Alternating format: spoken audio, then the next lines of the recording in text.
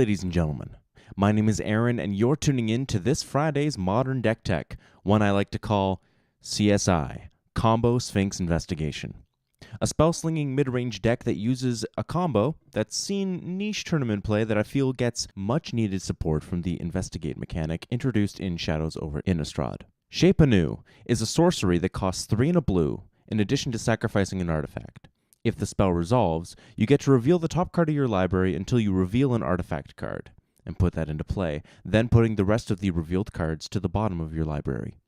This spell is seen usually in an Izza Deck, and the chosen artifact is usually Sphinx-bone Wand, a 7 converted mana cost artifact that deals incremental damage to any target when you cast an instant or sorcery spell based on how many charge counters are on it. The initial problem with the Izza Deck derives from the choice of cards and colors involved in the deck building. In much of the deck's history, the wand was met alongside a playset of Trinket Mages as the only creatures in the deck, a 3 converted mana cost creature that would search your library for an artifact with converted mana cost 1 or less and put it into your hand, and a single copy of Everflowing Chalice.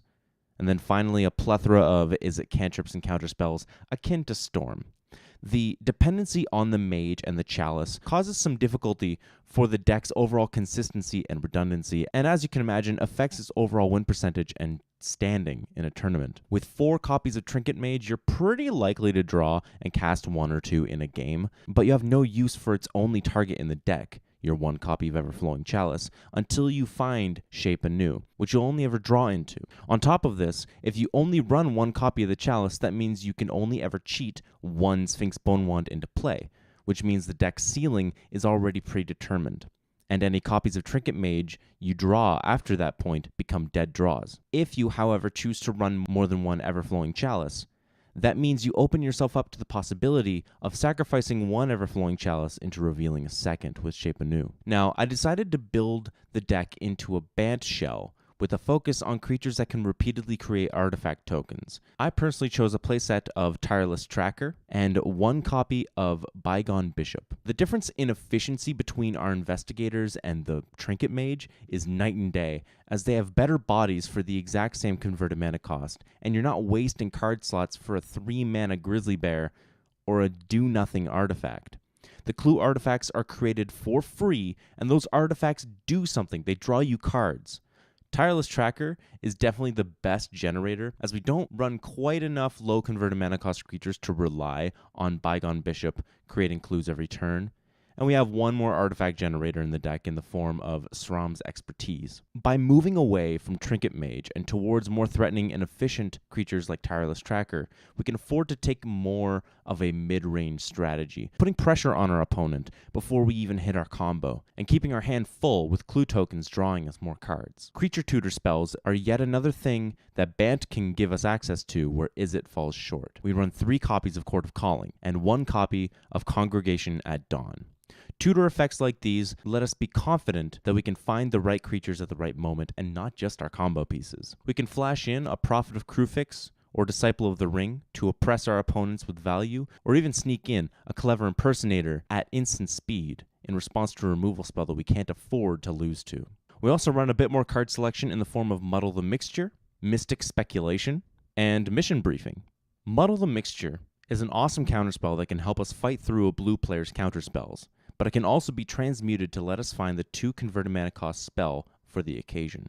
Our options range from protection spells like Simic Charm and Apostle's Blessing, to creatures like Sylvan Caryatid and Jace Vryn's Prodigy, to the aforementioned Mission Briefing. Mission Briefing is an awesome new Snapcaster Mage effect from Guilds of Ravnica that works wonders alongside Sphinx-bone Wand, as you'd effectively get 2 spells cast with the use of only 1 card in your hand. Mystic Speculation is another incredible card that can be used in conjunction with the Sphinx-bone Wand, as its buyback ability will allow you to return it to your hand to have another go at scrying the top 3 cards of your library. Now, this deck isn't exactly a one-trick pony like the Izzet variety, relying solely on the Sphinx-bone Wand to close out the game, because along with our creatures being bigger and better, we have other ways of abusing our instants and sorcery package in the form of Disciple of the Ring and Noyendar Royal Shaper.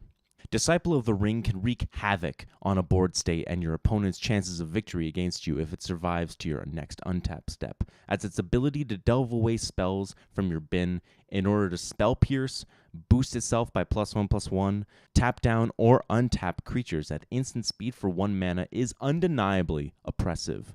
Adversely, Noyandar Royal Shaper acts as a creature version of sphinx-bone wand, which is insanely important given the deck's ability to find, protect, and cast creatures with flash. Noyandar Royal Shaper is a 4/4 legendary merfolk ally for 3, a white, and a blue, and can put +1/+1 counters on a land you control whenever you cast an instant or sorcery. When this happens, the targeted land permanently becomes an elemental creature and gains haste. It should be noted that the land you target can be one you've targeted before, so you can go wide with all your lands, or tall with just 1 or 2. Now finally, we run some serious power in our 15-card sideboard, and some cards to combat our potentially bad matchups. We have 4 artifacts in the form of Batterskull, God Pharaoh's Gift, Omen Machine, and Platinum Angel that can replace Sphinx-bone wand as our Shape Anew combo finisher, as sometimes the wand won't put the right kind of pressure on our opponent, or we'd instead need to not lose by flipping a Platinum Angel. Blessed Alliance is a transmutable answer to aggressive decks like Burn and Infect, along with combo decks like Goryo's Vengeance and Through the Breach. The fact that it's 2 mana is important to answering Goryo's Vengeance specifically, as that deck tries to reanimate a lethal Gristlebrand or Emrakul the Aeon's Torn on turn 2. And the sacrificing an attacking creature doesn't target the creature, thus getting around Emrakul's protection from colored spells. Declaration in Stone and Beast Within are powerful removal spells, and Declaration could hypothetically be pointed at our own creatures in order to get a clue token for our Shape Anew. Jamoka's Command and Primal Command are powerful modal spells, and Leonin Arbiter can hose early game fetch lands. Finally, Buseju, who shelters all, can help us deter an opponent's counterspell and can be transmuted with our own Talaria West. Thank you so much for checking out this deck today. I hope you enjoyed it. Please go and follow me on my other social media platforms, and leave a comment down below telling me what you'd like to see more of in the future. My name is Aaron, and have an awesome day.